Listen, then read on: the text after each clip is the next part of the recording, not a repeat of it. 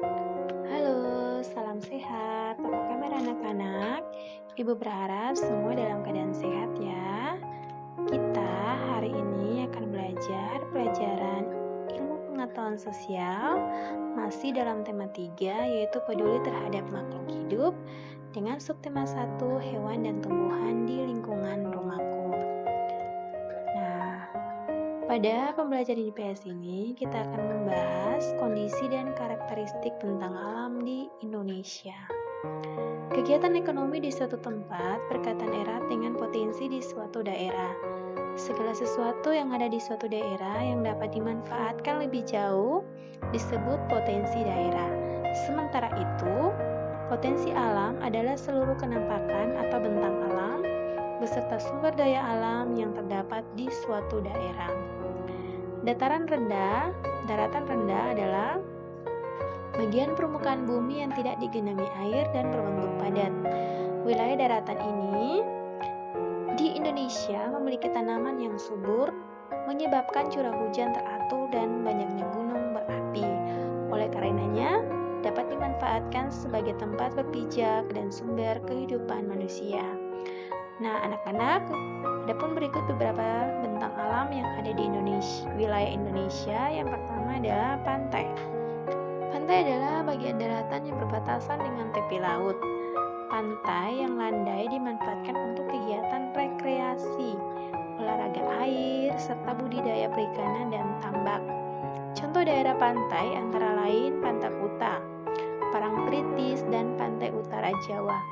Pantai yang terjal memiliki gua-gua di sekitarnya banyak dimanfaatkan untuk sarang burung walet yang dapat dimanfaatkan sebagai bahan makanan dan obat-obatan. Contohnya, Pantai Karangbolong. Di daerah pantai, banyak penduduk bekerja sebagai nelayan, penjual jasa wisata, petani garam, pengusaha tambak, pengrajin hasil laut, dan lain-lain. Jenis tanaman yang banyak terdapat di daerah pantai antara lain kelapa dan pohon bakau. Nah, ini adalah gambarnya ya, anak-anak. Pasti anak-anak tahu ya. Yang kedua, daratan rendah. Dataran rendah adalah daerah yang relatif datar dengan letak ketinggian kurang dari 500 mdpl. Pada umumnya, kondisi udara di daerah ini panas. Contohnya, Jawa bagian utara dan selatan, Sumatera bagian timur, Kalimantan bagian selatan, dan Papua bagian selatan. Manfaat daratan rendah antara lain sebagai lahan perkebunan, lahan pertanian, dan permukiman. Penduduk di dataran rendah banyak bekerja di sektor pertanian. Jenis tanamannya antara lain padi, jagung, dan tebu. Sektor lain yang banyak diusahakan di daerah ini adalah perkebunan, perikanan, transportasi, industri, dan perdagangan. Nah, anak-anak bisa lihat ya gambar yang ada di slide. Di situ ada gambar padi, gambar jagung, dan gambar tebu. Oke, kita lanjut. Yang bagian ketiga adalah pegunungan. Pegunungan adalah bagian dari permukaan bumi yang menjulang tinggi dengan ketinggian lebih dari 700 mdpl, sehingga udaranya sangat sejuk dan segar. Contohnya, pegunungan Bukit Barisan, Jayawijaya, dan Tengger. Penduduk dataran tinggi banyak yang bekerja di sektor perkebunan, pertambangan, itu sebagai penambang pasir dan pariwisata. Manfaat pegunungan antara lain sebagai tempat tumbuhnya hutan, sarana rekreasi, dan pengembangan industri bunga dan sayuran. Jenis tanaman yang banyak terdapat di daerah pegunungan antara lain tanaman buah, sayuran, dan bunga. Selain itu, ada pula jenis tanaman industri seperti mahoni dan pinus. Yang keempat, dataran tinggi.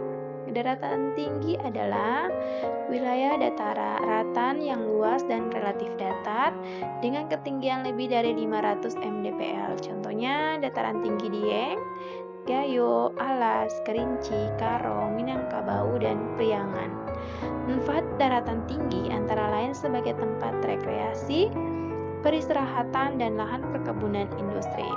Penduduknya banyak yang bekerja sebagai petani, buruh perkebunan, penjual menjual jasa pariwisata, peternak, dan pengrajin. Aktivitas pertanian di daerah ini menggunakan teknik sengkedan. Jenis tanamannya yaitu hortikultura. Nah, tanaman hortikultura itu berupa tomat, kol, dan cabai, serta tanaman perkebunan yaitu kopi, kakao, dan cengkih, dan teh. Nah, anak-anak bisa lihat ya gambar contoh tanaman hortikultura yang ada pada slide.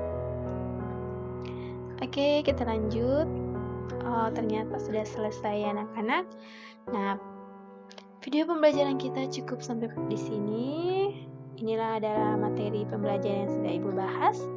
Untuk tugas, sudah Ibu bagikan buku tugas mini. Anak-anak bisa melihat tugas yang ada pada buku mini. Dan untuk mengerjakan tugas buku mini, anak-anak boleh mendengar atau membaca kembali isi materi yang sudah Ibu bahas ya. Oke, terima kasih. Untuk langkah-langkah pengerjaannya sudah Ibu sampaikan di video sebelumnya. Jadi, bagi anak-anak yang mengerjakan buku tugas mini, diusahakan untuk mengerjakan sesuai dengan aturan yang sudah Ibu berikan. Oke, baik. Cukup sampai di sini materi pembelajaran kita. Kita akan bertemu lagi dalam materi pembelajaran selanjutnya. Selamat bekerja. Salam sehat, ingat jaga kesehatan dan patuhi protokol kesehatan. Terima kasih.